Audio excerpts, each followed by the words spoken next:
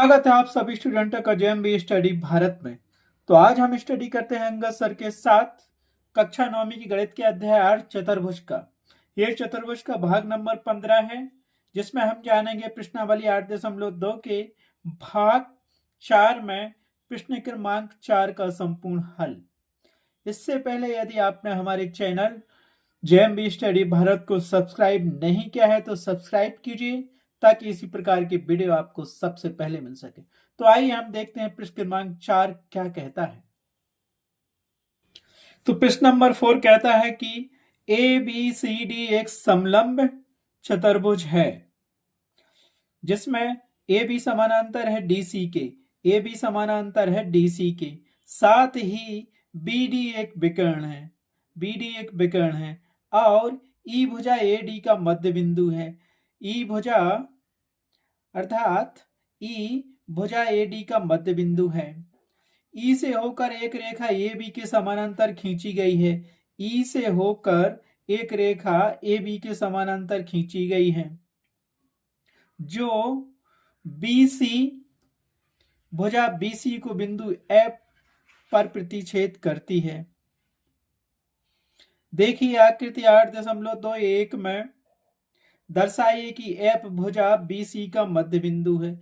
F इस भुजा B C का मध्य बिंदु है। तो डेफिनेटली जो प्रमेय मैं इंट्रोडक्शन वीडियो में करा चुका हूं, मध्य बिंदु प्रमेय और मध्य बिंदु प्रमेय का विलोम, तो इस क्वेश्चन को सॉल्व करने में मध्य बिंदु प्रमेय का विलोम लगेगा। वो आपको स्टेटमेंट सहित याद होना चाहिए और रीजन आपको केवल इतना ही लिखना होगा, मध्य बिंदु प्रमेय से, मध्य बिंदु प्रमेय के विलोम से। ठीक है, एक समलंब चतुर्भुज हमें दिया गया है, तो जो दिया गया है उसको लिख लो और जो सिद्ध करना है उसको लिख लो। और मध्य बिंदु प्रमेय का विलोम क्या कहता है, अगर आपने नहीं देखा है, आपको नहीं पता है, तो मेरा इंट्रोडक्शन वीडियो देखिए, उसमें मध्य बिंदु प्रमेय के बारे में बताया गया है, स्टेटमेंट क्या है और उसको कैसे प्रूव करना है। ठीक है, हमें दिया गया है कि एबीसीडी एक समलंब चतुर्भुज है ये पूरा, जिसमें ए बी समानांतर है डी सी के और ये बी डी विकर्ण दिया गया है और ई भुजा ए डी का मध्य बिंदु है। ई बिंदु ए डी का मध्य बिंदु है। ठीक है, सिद्ध करना है कि एफ भुजा बी सी का मध्य बिंदु होगा। ये बिंदु एफ भुजा बी सी का मध्य बिंदु होगा। इसको हमने क्या जी बिंदु मान लिया, या जी दिया गया है, नहीं दिया गया तो उसको हमने जी बिंदु मान लिया। ठीक है, क्योंकि हमें सिद्ध करने के लिए क्या इसमें मध्य बिंदु प्रमेय का विलोम लगेगा, और मध्य बिंदु प्रमेय विलोम क्या कहता है, मध्य बिंदु प्रमेय का विलोम प्रमेय क्या कहता है, या विलोम मध्य बिंदु प्रमेय कहता है कि किसी त्रिभुज की एक भुजा के मध्य बिंदु से, मान लो ये त्रिभुज बना हुआ है ए बी डी, किसी त्रिभुज की एक भुजा के मध्य बिंदु से दूसरी भुजा के समानांतर खींची गई रेखा तीसरी भुजा को समद्विभाजित करती है। ये पहली भुजा, ये दूसरी भुजा, ये तीसरी भुजा, ये समानांतर खींच रहे हैं इस बिंदु से यहां तक ऐसी, तो इस दूसरी भुजा के समानांतर खींची और तीसरी भुजा को दो समान पार्टों बराबर भागों में बांटती है, मतलब ये जी इस भुजा का मध्य बिंदु हो जाएगा। यही मध्य बिंदु प्रमेय विलोम कहलाता है। ठीक है, तो बार बार इसी का यूज हम करेंगे। तो जो हमें दिया गया है तो हम लिखते हैं, पहले तो त्रिभुज हम लेंगे कौन सा, त्रिभुज ए बी डी में ई बिंदु, ई भुजा ए डी का मध्य बिंदु है, ये दिया गया है और इसमें वो प्रमेय लगा देंगे। तो प्रमेय क्या कहलाता है, मध्य बिंदु विलोम प्रमेय या विलोम मध्य बिंदु प्रमेय कहता है कि ई जी समानांतर होगा ए बी भुजा के। ठीक है, ये तो दिया गया है, तो जी मध्य बिंदु होगा बी डी का। क्यों होगा, क्योंकि विलोमतः मध्य बिंदु प्रमेय से, मध्य बिंदु प्रमेय के विलोम से। हम लेते हैं त्रिभुज ए बी डी में, त्रिभुज ए बी डी में क्या होगा, बिंदु ई भुजा ए डी का मध्य बिंदु है, ए दिया है, इसीलिए इसको हम क्या लिख सकते हैं, इसीलिए ई जी समानांतर होगा ए बी के। ये भी दिया है,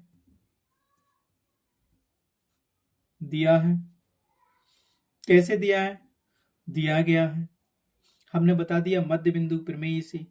क्यों, हम जानते हैं जी मध्य बिंदु होगा बी डी का, क्यों होगा, इसीलिए ये होगा ई जी बराबर होगा, ई जी समानांतर होगा ए बी के, ये दिया है, क्यों, रीजन लिख लो यहाँ पे, जी मध्य बिंदु होगा, इसीलिए क्या करेंगे, हमने लिखा यहां से ई जी समानांतर है ए बी के, ये दिया गया है, इसीलिए हम इसको क्या लिख सकते हैं, अब इसको हम लिख सकते हैं कि जी मध्य बिंदु होगा बी डी का, ये जी मध्य बिंदु होगा विकर्ण बी डी का, क्यों होगा विकर्ण बी डी का मध्य बिंदु, क्यों, क्योंकि हम जानते हैं प्रमेय विलोम मध्य बिंदु प्रमेय से, क्योंकि हम जानते हैं विलोम मध्य बिंदु प्रमेय से, मध्य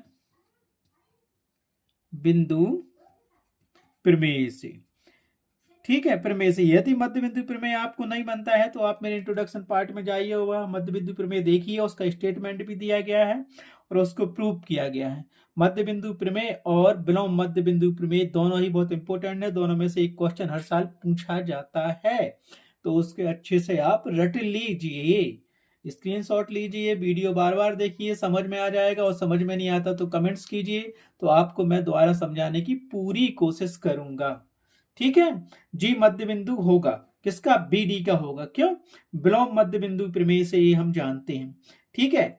ये तो हमें दिया गया था, इसको हमने बिंदु जी मान लिया, नहीं दिया जो बिंदु मानना आप जी मान लो, एफ मान लो, बुक में दिया है जी तो ठीक है, नहीं दिया तो पी क्यू आर एस मान लो, जो बिंदु इसमें नहीं दिया है, ठीक है।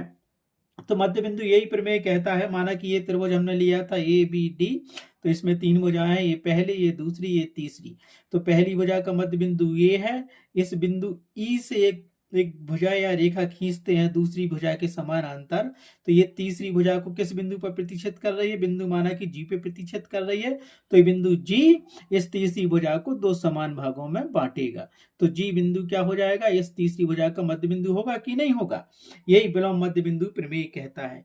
तो इतना तो आपको याद रहेगा, नहीं है तो इस लाइन को रट लो, ये रीजन हमें देना पड़ेगा।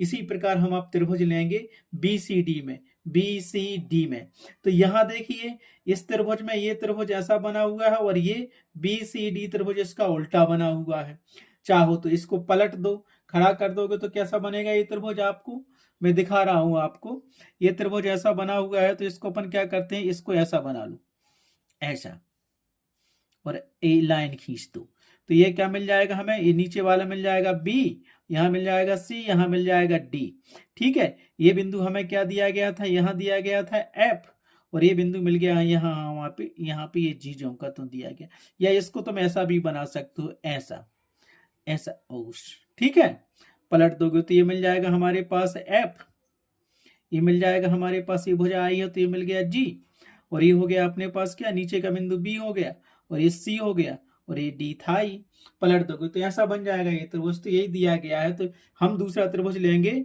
बी सी डी में, और विलोम मध्य बिंदु प्रमेय उसमें भी लगा देंगे, तो यहाँ से जी एफ समानांतर हो जाएगा किस भुजा के, सी डी भुजा के समानांतर हो जाएगा, और इस तीसरी भुजा का मध्य बिंदु क्या मिल जाएगा, एफ मिल जाएगा, जो समद्विभाजित करेगा। तो यहां से लिखो, दोबारा लिखो अगेन,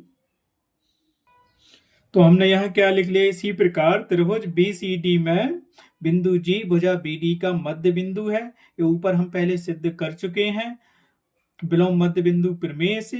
ये त्रिभुज हमें दिया गया है बी सी डी में, इसको पलट के करो तो बी ऊपर पहुंचेगा, सी नीचे, और डी यहाँ पे आ जाएगा, जैसे हमने ये दिया गया है आपको, ठीक है, डी सी बी, या फिर इसको मान लो बी सी डी, ये हमारे पास जी दिया था, एफ दिया था, या इसको तुम ऐसा भी बना सकते हो, चाहो तो ऐसा बना सकते हो, ठीक है। ये तुम्हारे पास मिल जाएगा बी, ये मिल जाएगा सी, ये मिल जाएगा डी, ये बिंदु हो गया अपने पास क्या, जी, ये रेखा गई थी, और ये एफ हो गया, समझ में आ गया। तो ये जी मध्य बिंदु होगा काय का, हमारे पास भुजा बी डी का, ठीक है, पलट दिया इसको, ये उल्टा बना हुआ है त्रिभुज बी सी डी, समझने के लिए बताया मैंने, बाकी वैसे ही बना रहने देना, आप शीट से बनाना, ठीक है। मैं यहाँ ग्रीन पेन से बना रहा हूँ, यहाँ ब्लैक से, तो समझाने की बात थी, लेकिन वहां पे एग्जाम में आंसर शीट में आप ब्लू और ब्लैक पेन ही यूज करना, ठीक है, उसके बाद रेड पेन भी यूज नहीं करना, या ग्रीन पेन किसी प्रकार से भी यूज नहीं करना, ठीक है। तो त्रिभुज बी सी डी में हमने क्या किया, बिंदु जी भुजा BD का मध्य बिंदु है, ऊपर सिद्ध कर चुके हैं। लिखना हो तो लिख दो कि ऊपर सिद्ध कर दिया है, ऊपर सिद्ध किया जा चुका है, सिद्ध किया जा चुका है। ये रीजन दे सकते हो, ना देना हो तो ऊपर तो लिख ही दिया है। ठीक है, वो भी किससे किया था? विलोम मध्य बिंदु प्रमेय से। तो त्रिभुज हमने यही लिया है, BCD लिया है, तो ये मध्य बिंदु है इसका, तो ऐसा ही कर दो, क्योंकि जब E यहां तक गया था तो G मध्य बिंदु हो गया था। अब G यहाँ पे है तो ये बिंदु F तक गया, इसको प्रतिच्छेद कर रहा है, तो बिंदु F इस BC भुजा को दो समान भागों में बांट रही है, मतलब F मध्य बिंदु होगा इसका। तो इसको हम क्या लिख सकते हैं? हमने लिख दिया, इसीलिए इसको हम क्या लिखेंगे? जैसा उसमें लिखा था विलोम मध्य बिंदु प्रमेय से, GF समानांतर होगा DC के, GF समानांतर होगा इस DC भुजा के। ये पहली भुजा है, ये दूसरी भुजा है, ये तीसरी भुजा है।